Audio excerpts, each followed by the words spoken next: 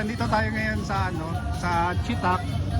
So, yung Chetak sir is part ng Bajaj. Chetak is made by Bajaj. Chetak is para siyang diba, yung Honda merong Click, yung Yamaha merong Mio.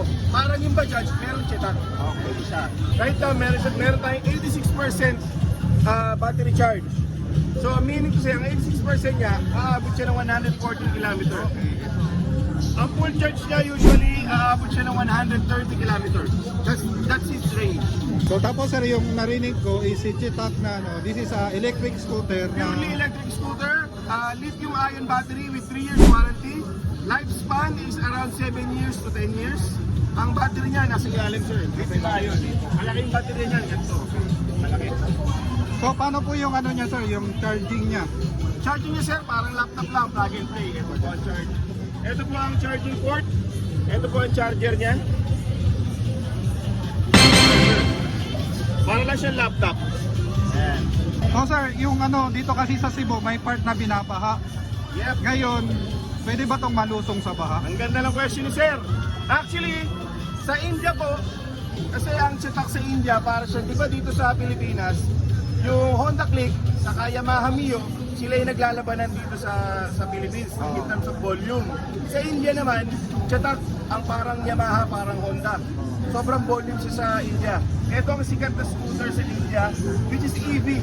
Kasi sa India, hindi uso ang motorcycle na automatic. Ang gusto doon, puro manual.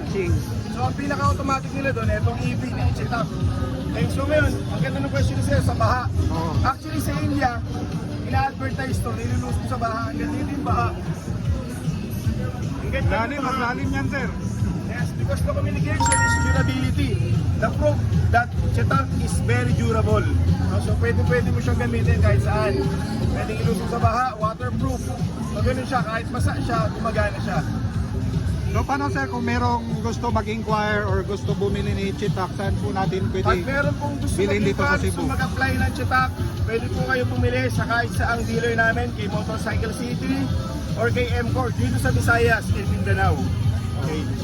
Pati po after sales, actually ito, hindi na ito masyado kailangan na after sales eh. Pag bumili ka ito, gamitin mo na. Kasi wala naman itong change oil. Oo, If wala. ever man may masira, so pumunta lang kayo sa Bajaj Repair Shop natin, sa Motorcycle City or sa M-Core. Then sir, thank you sir. So hopefully, mabisita ko to soon sa Yes, ang maximum speed nga po pala nito is based on the review ni Sir Sak sa makina is 70 kilometers. 70 kilometers. That's his maximum maximum speed.